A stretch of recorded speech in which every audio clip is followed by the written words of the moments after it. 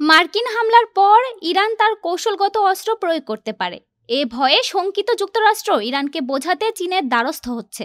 বিশ্ব বাণিজ্যের জন্য অন্যতম গুরুত্বপূর্ণ সমুদ্র রুট হরমুজ প্রণালী বন্ধের পক্ষে ভোট দিয়েছে ইরানের পার্লামেন্ট।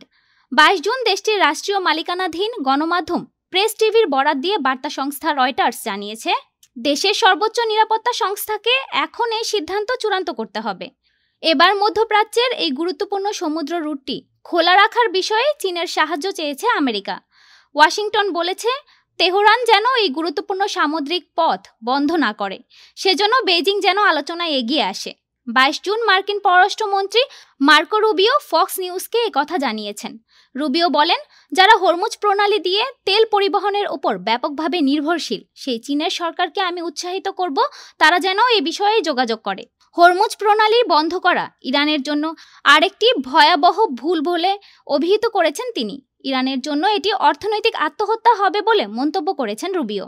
উল্লেখ্য, হরমুজ প্রণালী বিশ্বের অন্যতম গুরুত্বপূর্ণ এবং কৌশলগতভাবে সংবেদনশীল একটি সমুদ্রপথ। এটি পারস্য উপসাগরকে ওমান উপসাগরের সঙ্গে যুক্ত করেছে এবং ইরান ও ওমানের মাঝখানে অবস্থিত। ডেস্ক রিপোর্ট, আজ বার্তা।